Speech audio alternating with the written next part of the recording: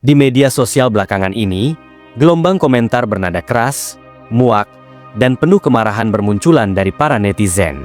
Mereka menumpahkan kekecewaan kepada para politisi dan pejabat yang datang ke lokasi bencana dengan wajah paling suci, memeluk para pengungsi seolah tidak pernah turut andil dalam kerusakan yang menyebabkan bencana itu terjadi.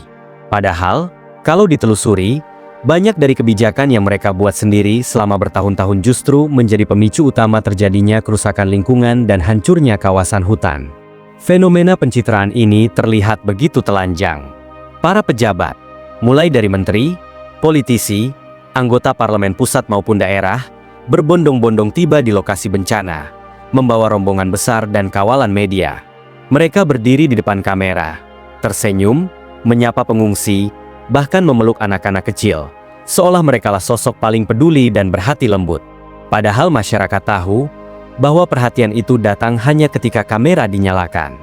Di balik layar, tuntutan publik agar bencana yang memengaruhi lebih dari 1,5 juta jiwa ditangani secara serius, justru diserahkan hanya kepada tim kecil yang bekerja tanpa sorotan.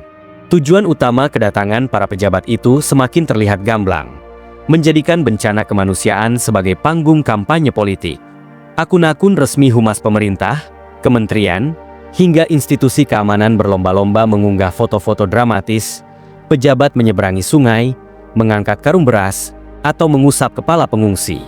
Mereka ingin menggambarkan diri sebagai pemimpin yang humanis dan penuh kasih sayang. Namun di balik rangkaian foto manis itu, tersimpan fakta pahit yang berusaha mereka sembunyikan. Akar dari bencana tersebut adalah kerusakan hutan yang selama ini mereka biarkan, bahkan mereka fasilitasi. Pohon-pohon ditebang, hutan dialihfungsikan menjadi area tambang dan perkebunan, terutama sawit, dengan restu dan izin yang diterbitkan oleh pejabat yang kini pura-pura terkejut melihat dampak kerusakan. Tidak hanya itu, aktivitas pembalakan liar dan operasi industri besar itu juga merusak jalan umum akibat pergerakan truk-truk berat. Banyak persoalan lain yang ikut memburuk akibat praktik suap dan permainan anggaran yang mengakar. Tak heran jika netizen menyorot tajam peran kepolisian. Mereka mempertanyakan mengapa polisi tidak hanya membiarkan perut-perut tambang dan perkebunan sawit itu berjalan aman, tapi bahkan ikut mengawal operasionalnya. Ketika masyarakat menolak perusakan hutan, para pejabat justru tidak segan berhadapan langsung dengan warga, mengintimidasi, dan menekan mereka. Aktivis lingkungan yang berjuang menjaga hutan seringkali dikriminalisasi. Namun semua itu terjadi di balik kamera. Begitu kamera menyala, para pejabat itu berubah menjadi seperti malaikat penyelamat rakyat. Contohnya sangat jelas. Seorang pejabat pusat yang kemarin tampak sangat peduli korban banjir di Sumatera, bahkan memaksa dirinya mengangkat karung beras di hadapan kamera, seolah ingin membuktikan bahwa ia turun langsung membantu. Padahal sejumlah LSM telah lama mencatat bahwa pejabat yang sama adalah salah satu pihak yang paling bertanggung jawab dalam penerbitan izin pelepasan kawasan hutan menjadi perkebunan pada masa ia menjabat sebagai Menteri Kehutanan dari tahun 2009 hingga 2014. Jika dihitung, kerusakan hutan Indonesia memperlihatkan angka yang mencengangkan. Berapa luas hutan yang telah dibabat?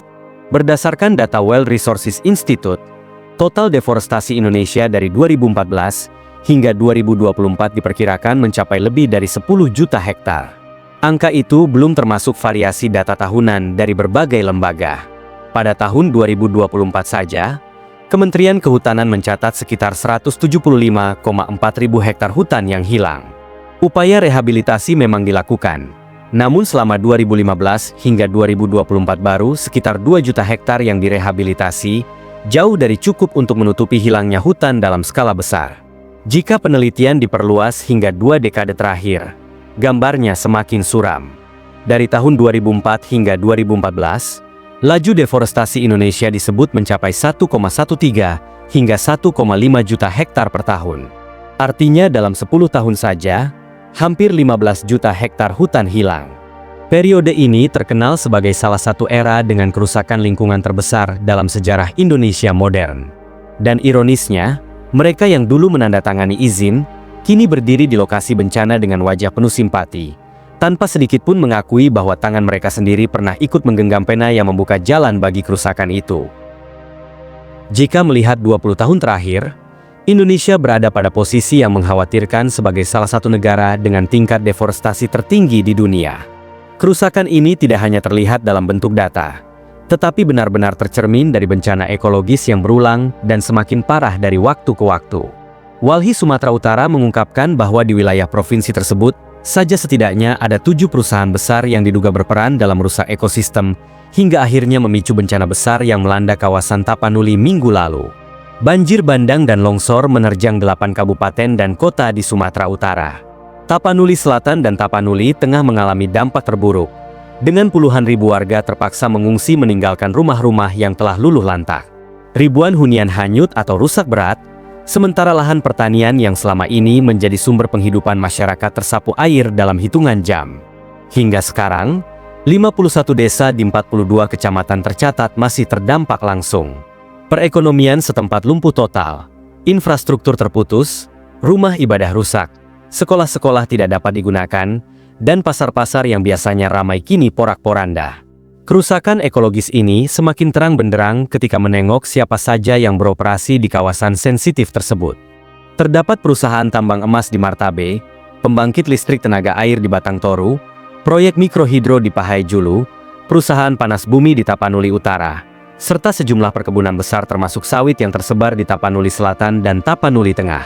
Semua perusahaan itu beroperasi di sekitar ekosistem Batang Toru, sebuah kawasan yang bukan hanya kaya secara ekologis, tetapi juga merupakan rumah bagi berbagai spesies langka seperti orangutan Tapanuli, harimau Sumatera, tapir, dan satwa-satwa dilindungi lainnya.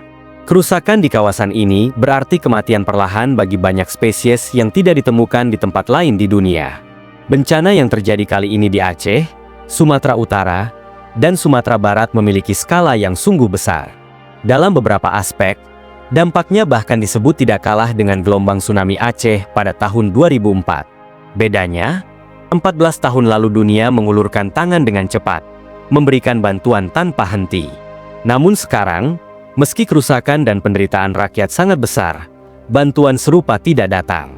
Banyak negara hanya mengirimkan simpati lewat pernyataan resmi pemimpin mereka, namun tidak turun tangan secara nyata. Hal ini memunculkan pertanyaan besar.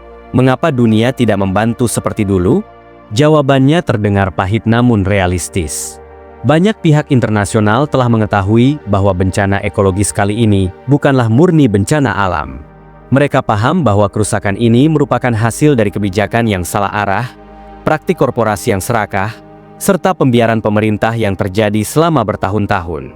Dunia melihat bahwa kehancuran hutan, ekspansi tambang, dan perluasan sawit yang tidak terkendali merupakan keputusan yang dibuat oleh tangan-tangan yang kini justru berpura-pura prihatin. Karena alasan itu pula, banyak negara memilih untuk tidak terlibat. Bukan karena mereka tidak peduli, tetapi karena mereka tahu bahwa penyebabnya adalah ulah manusia, lebih tepatnya ulah pejabat dan oligarki yang selama ini perambah hutan. Mereka melihat bahwa penderitaan rakyat adalah konsekuensi dari kebijakan yang dibuat di atas meja rapat, bukan semata-mata pukulan dari bencana alam. Semua kenyataan ini seharusnya menjadi cermin besar bagi kita. Sudah saatnya keberanian kolektif muncul untuk menghentikan aktivitas-aktivitas perusak lingkungan. Kita harus berani mengatakan cukup. Hentikan tambang yang merusak, hentikan pembalakan yang tak terkendali, hentikan perluasan sawit yang menggerus hutan sedikit demi sedikit. Jika langkah drastis tidak dilakukan sekarang, bencana seperti ini akan terus berulang, dengan skala yang lebih besar dan kerusakan yang semakin mustahil dipulihkan.